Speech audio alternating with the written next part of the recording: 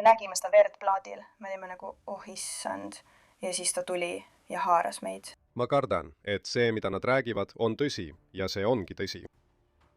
Kogu oma õiguskaitsekarjääri jooksul pole ma kunagi midagi sellist kogenud.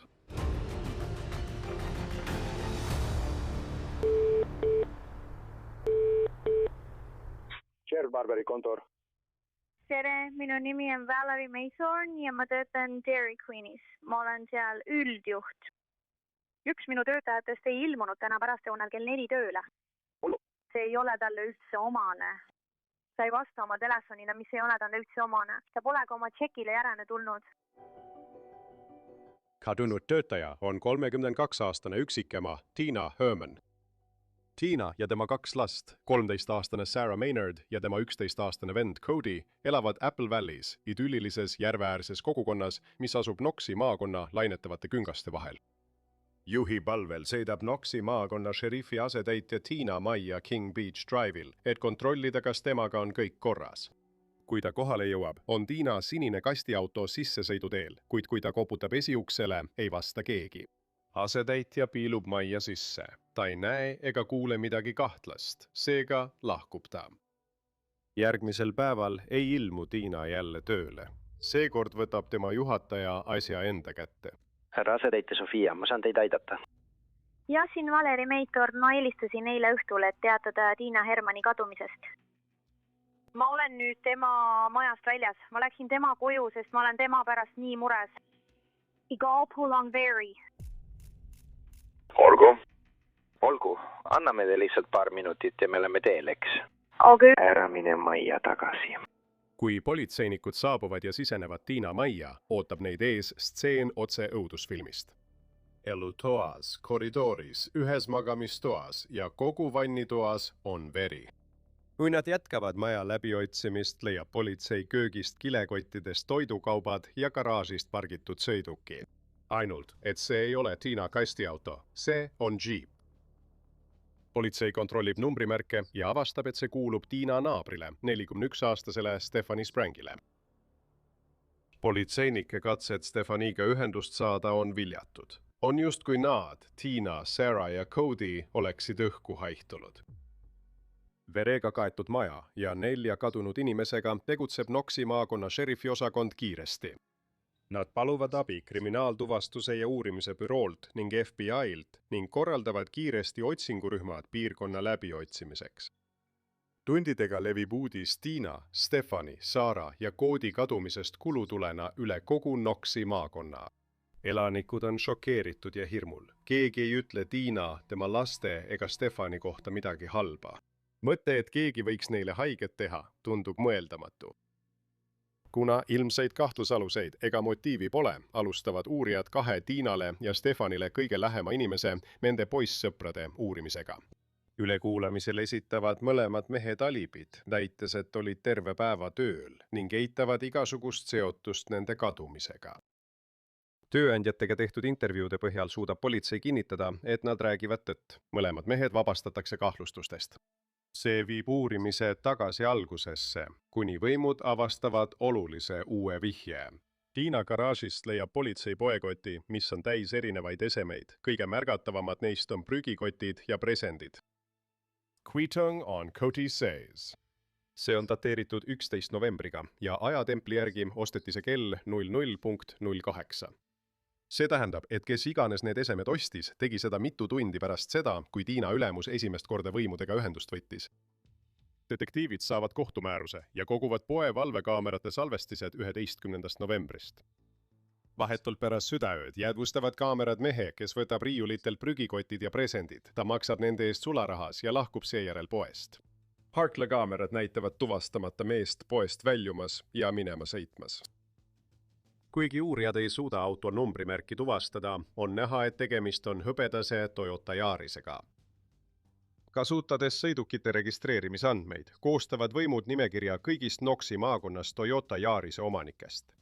Ükshaaval välistavad nad kõik nimekirjas olevad isikud, kuni jõuavad kahtlusaluseni, 30-aastase Matthew Hoffmanini. Matthew vastab mitte ainult lindile jäädvustatud mehe füüsilisele kirjeldusele ja kannab juhiloa fotol isegi sama särki, mis on näha valvekaamera salvestisel, vaid tal on ka kriminaalne taust. Aastal 2000 mõisteti Ohios sündinud mees Colorados süüdi sissemurdmises ja süütamises ning talle määrati 8-aastane vanglakaristus. Andmed näitavad, et pärast vabastamist naasis ta Knoxi maakonda. Hiljuti sattus Matthew taas raskustesse. Ta vallandati töölt puudepügamise ettevõttest ja möödunud oktoobris esitas tema endine tüdruksõber Knoxi maakonna šerifibüroole avalduse, milles süüdistas Matthewd tema kägistamises. Lõpuks otsustas ta siiski süüdistustest loobuda. Politsei ei leia Matthew'l seost kadunud ohvritega, kuid Matthew praegune aadress asub Mount Vernonis, vaid 20 miili kaugusel Tina kodust. Uurijad avastavad veel ühe kahtlase asjaolu. Matthews ema omab maja Apple Valley's, vähem kui poole miili kaugusel kuriteopaigast. See tähendab, et ta tunneb seda piirkonda, mis teeb temast veelgi tõenäolisema kahtlusaluse. Järgmisel hommikul teevad SWAT-i meeskonnad samaaegselt haarangu nii Matthews majja Mount Vernonis kui ka tema ema majja Apple Valley's. Nende üllatuseks vastab Matthew ise, kui nad tema uksele koputavad. Ametnikud võtavad ta vahi alla ja ta viiakse ülekuulamiseks Knoxi maakonna šerifi büroosse. Kui võimud sisenevad Matthews koju, tabab neid kohe kummaline vaatepilt. Esiku kõrval olev tuba on täis lehti. Köögis teevad nad veelgi jahmatavama avastuse. Matthews sügavkülmikus on peata orav. Kui nad jätkavad maja läbiotsimist, märkavad politseinikud, et üks uks on mööbliga blokeeritud. Nad liigutavad mööbli eest ära ja avavad ukse. Tundub, et see on sissepääs keldrisse. Keldris teevad politseinikud uskumatu avastuse. Seal lehe hunniku peal on 13-aastane Sarah Maynard. Ta on elus. Politseinikud vabastavad Sara ja ta viiakse läbivaatuseks lähedal asuvasse haiglasse. Selles etapis, kuigi nad teavad, et võimalus neid elusalt leida on väike, peavad politseinikud üles leidma Tina, Cody ja Stephanie. On pühapäev 14. november. Ja kell on umbes 8:57. Šerifi kontooris lähevad uurijad Matthewga kohe asja juurde. Ma arvan, et sa tead, millest me tahame rääkida, aga me peame mõned inimesed üles leidma. Kas sa kuulad mind? Matt, kas siin kutsutakse Mattiks või Matthewks? Anname sulle minuti, mees, kui sul on vaja veidi mõelda. Lihtsalt ütle meile, kui oled valmis. Ütle mulle, mida ma saan teha, et sind aidata. Alustame sealt, kus sa tahad, et me alustaksime. Tahad rääkida ilmast? Teeme seda.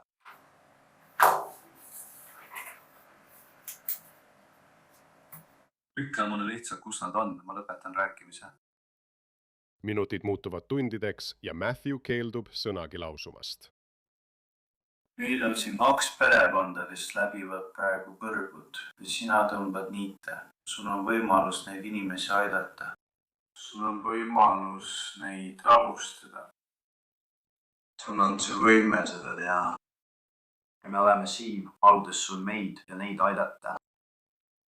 Ja lõpuks aitab see ka sind ennast. Sa magad jälle paremini, mehe. Sa magad jälle varmi. Aga sa pead tunnistama, mis siin juhtus. Sa pead võtma vastutuse selle eest, mis juhtus. Ja sa pead meile näitama, et hoolid, et see läheb sulle korda, Matt. Et sa tõesti? Ole tõesti südamlik. Ütle mulle, mida sa tahad teha. Pärast peaaegu 3 tundi vaikust esitavad detektiivid Matthewle ultimaatumi. Ma annan sulle veel ühe võimaluse enne, kui ma siit ruumist lahkun.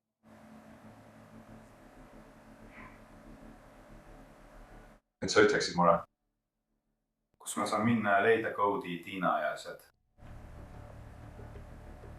Veel üks võimalus. Aga sellest pole kasu. Astub sisse teine uurija ja proovib samuti. Terry, Matt.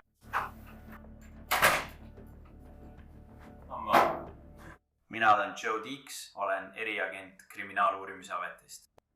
Ma tulin siia lihtsalt selleks, et neid natuke aidata. Ja sellest ajast, kui nad sinu majja tulid, olen ma olnud koos Saaraga. ma ei tea, kas sa tema nime teadsid, Saara. aga ma olen olnud Saaraga, püüdes Saara eest hoolitseda, aidates teda haiglas. Et uuringud ja kõik muu saaks tehtud. ja tead küll, me teeme kõik, mis suudame, et aidata ta mõista, mis juhtus. Tead küll, vähemalt nii palju, kui me praegu ise teame. jah, see saab talle ilmselgelt olema natuke raske. Tead, tal olid mõned küsimused, millele ma ei osanud vastata.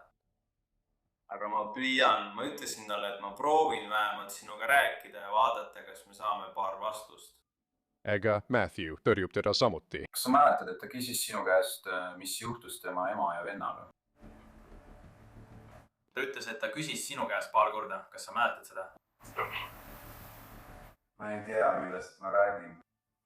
Kuigi Matthew ei räägi, räägib Saara. Heiglas ütleb traumeeritud, kuid vapper noor tüdruk politseinikele, et ta ei tea, kus on tema ema, vend või Stephanie, ega ka seda, mis nendega juhtus. Saara ütleb, et kui tema ja tema vend Cody 10. novembril koolist koju tulid, ootas Mattias neid maja sees. Sa nägid seda verd linnas, me olime nagu, oh issand, ja siis ta tuli ja haaras meid. Cody jooksis minema ja Saara jooksis oma magamistuppa. Mattias ajas teda taga ja hoidis nuga ta kõri vastas. Ta sidus ta kinni, pani talle silmaklapi ette ja troppi suhu ning sundis teda kõhuli köögipõrandale lamama. Hirmunult ütleb Saara, et ta jäi sinna umbes tunniks ajaks või vähemalt tundus see nii. Siis võttis Matteus ta ülesse, kandis ta garaaži, pani ta autosse ja sõitis minema.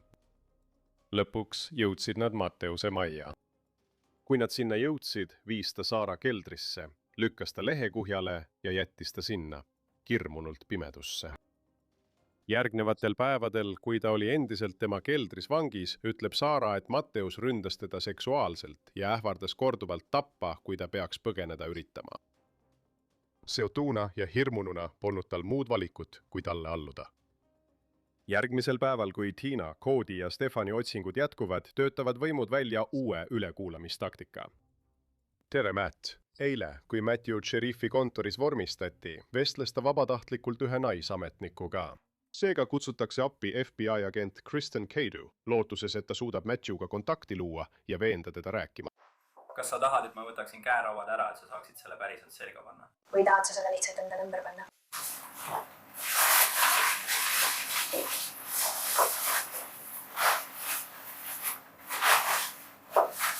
Tahad põksa? Ei. olgu, aga kui tahad, siis need on siin. Okei. Ma nägin, et sa välisesid seal ja mõtlesin, et siin on natuke jahe. Mul on ju kampus on seljas, nii et... Lihtsalt näen valu su näos. Nagu ma ütlesin, see lihtsalt... Valutab igat poolt. Ja tundub, et sa oled sellega täiesti üksi. Olema? Ma tahaksin sind aidata. Selle asemel, et Matthewga rangelt käituda, kasutab agent Kadu rahulikku ja kaastundlikku lähenemist. Tema strateegia näib toimivat. It's okay.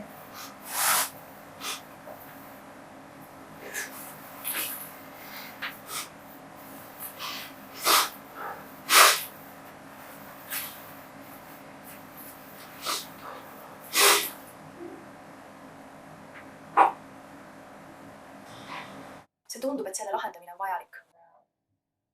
Ma tean, et minu jaoks on see nii.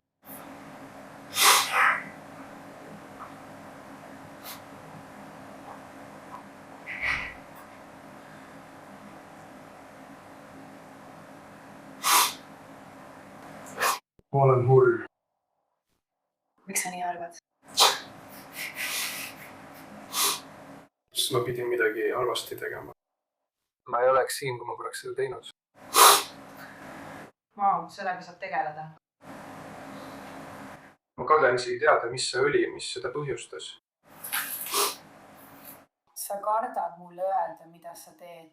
Ma kardan isegi teada, mida ma tegin.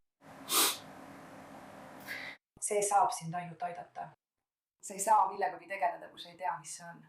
Matthew otsustab, et ta eelistab olla see, kes küsimusi esitab. Kas sa siis tegid kvaliteeditreeneri ära? Jah, tegin. kas see oli lihtsalt koolitus? Jah, olin seal umbes 4 kuud. See oli vajalik lõpetamiseks.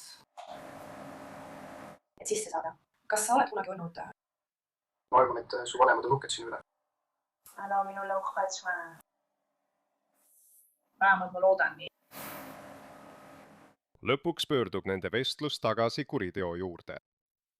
See tundub väga siiras ja ehe. Jaa. Raim soovib, et ma saaksin sind aidata. Ma tean, et peaminister tahab lihtsalt teada, mis juhtus. Ma kardan, et see, mida nad räägivad, on tõsi ja et see oligi mingisugune koletis. Ma arvan, et see ei ole üldse mingi koletis. Ma hoolin inimestest. Ma ei suuda. Kuidas juhtus nii, et Saara sinu manažeri? Ma kuulsin teda. Ma leidsin ta. Kui palju sa temast hoolid?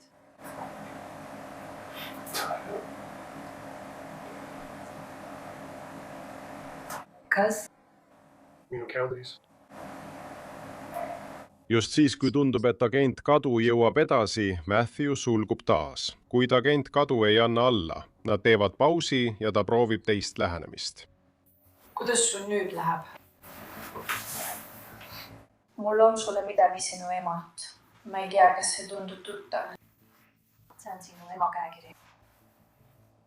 Kui sa seda tahad? Low Seda. Jah, ma tahan, et sa naeraksid. Ma võid sulle öelda, et see on hea asi. See ei ole halb asi. Ma kuulsin, et ta teeb neid kaarte, mida ta varem tegi.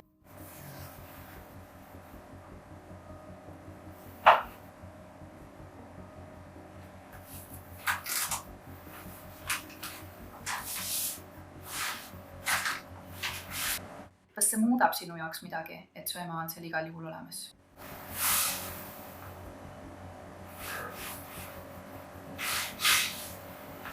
See on lohutav. Kas sa muretsed selle pärast, kas see on igal juhul nii? Kas seda on ikka veel karta?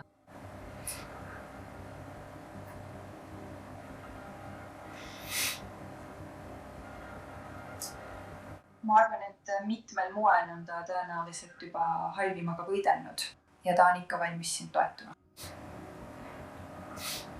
Nii et ma ei usu, et sa pead selle pärast muretsema. Kui hull see tegelikult on ja kuidas ta end selle pärast tunneb? Ma arvan, et ta hakkab sind mehena palju rohkem austama, kui sa räägid ausalt ära ja lubad meil inimesed koju tuua ühel või teisel viisil, et me saame nad koju tuua. Ja see tähendab palju rohkem. Me teame, et nad on seal väljas. Ja nad on tõenäoliselt surnud. Aga siiski, sa saad perele rahu tuua. Me peame leidma kehad, et pered saaksid rahu ja et sina saaksid parema kokkuleppe, mis on väga oluline sinu perele ja sinu emale. Et sa saaksid tema jaoks olemas olla. Ma arvan, et see lihtsalt rõhub sind ja sa kardad, et kui sa ütled meile, siis see kuidagi kahjustab sind selle juhtumiga seoses, aga tegelikult on vastupidi. See on tegelikult täpselt vastupidi. Ma ei mäleta. Ma ei saa sind aidata. Hoolimata tema parimatest pingutustest ei tunnista Mattiase midagi üles. Detektiivid otsustavad päeva lõpetada. Kuule, Toomas, ta helistas vanglasse ja palus kellelgi tulla teda tagasi saatma.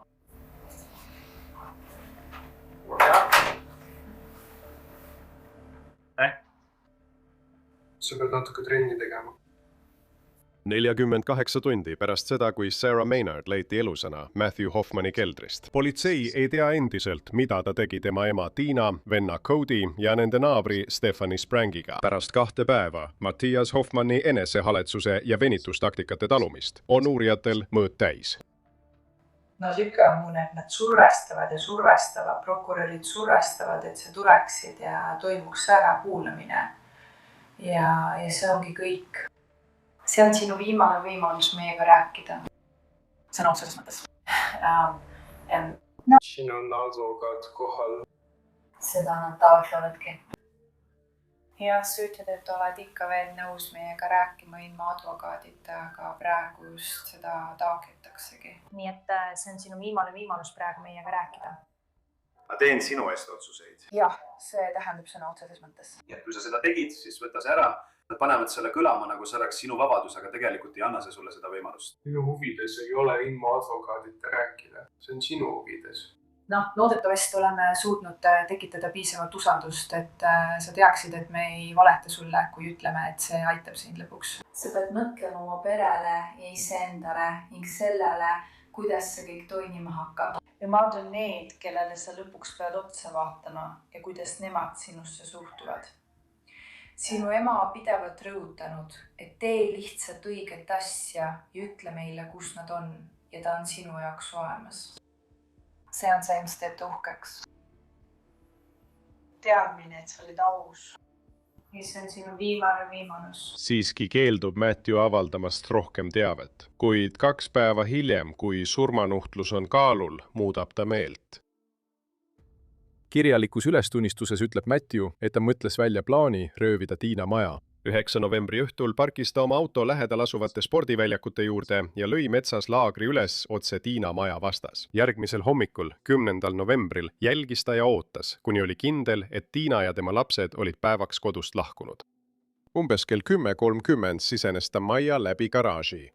Kui ta otsis majast raha ja ehteid, kuulis ta, kuidas Tiina veok sõitis sissesõiduteele. Ta jooksis ja peitis end ühte magamistuppa. Kui Tiina sisse astus, puhkes kaos. Ta lõi teda mitu korda käsinuiaga pähe. Äkitselt ilmus majja Stephanie Sprang ja hakkas Matthew peale karjuma. Paanikahoos haaras ta noa ja pussitas mõlemad naised surnuks. Ta kandis nende kehad vannituppa ja hakkas neid tükeldama, pannes kehaosad majast leitud prügikottidesse. Enne kui ta jõudis lõpetada, saabusid koju Saara ja Koodi. Kui nad teda nägid, jooksid mõlemad minema. Matthew püüdis kõigepealt Koodi kinni ja pussitas ta surnuks. Ta leidis Saara peidus ühest magamistoast, kuid ei suutnud teda tappa, nii et ta röövis ta hoopis ära. Ta viis Saara oma majja ja jättis ta keldrisse. Keset südaööd sõitis ta poodi, kust ostis prügikotid ja presendid. Siis naasis ta kuriteopaigale, et lõpetada see, mida oli alustanud. Kui ta oli ohvrite tükeldamise lõpetanud, laadis ta nende kehaosad Stephanie džiipi ja sõitis Kokossingi looduskaitsealale. Seal paigaldas ta ploki ja peitis ohvrite kehad õõnsasse puutüvesse. Seejärel sõitis ta džiipiga tagasi kuriteopaika ja parkis selle garaaži. Tema plaan oli võtta Tiina veok, minna bensiinile järele, tulla tagasi ja maja maha põletada. Aga Tiina veokiga oli midagi valesti, nii et ta jättis selle lähedale maha, istus uuesti oma autosse ja lahkus. Samal päeval, kasutades Matthew kirjalikku ülestunnistust ja käsitsi joonistatud kaarti, saabuvad võimud Kokosing Wildlife Preserve'ile. 70-jalase õõnsa puu seest leiavad nad mitu prügikotti. Nendes kotides on Tina Hermani, tema poja Cody Maynardi ja nende naabri Stephanie Sprangi surnukehad. Pärast seda annab pressikonverentsil Knoxi maakonna šerif David Barber avalduse. Selle maakonna šerifina viimased 18 aastat ei ole ma kunagi varem kogenud nii suurt, nii tõsist ja nii traagilist juhtumit. Ja kogu oma õiguskaitsekarjääri jooksul ei ole ma kunagi midagi sellist kogenud. Järgmisel õhtul kogunevad Knoxi maakonna elanikud, et pidada küünlavalgel mälestusvalvet ohvrite mälestuseks. 6. jaanuaril 2011 tunnistab Matthew Hoffman end süüdi mitmetes süüdistustes. Mulle on märku antud, et soovite tunnistada end süüdi süüdistusakti punktides 1 ja 2, mis käsitlevad raskendatud mõrva, mis on liigitamata kuritegu. Kas see on õige väide? Jaa.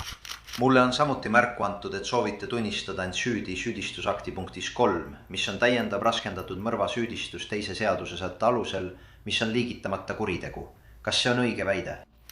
mulle on samuti märku antud, et soovite tunnistada end süüdi süüdistusakti punktis 4, mis on raskendatud sissemurdmise süüdistus, esimese astme kuritegu.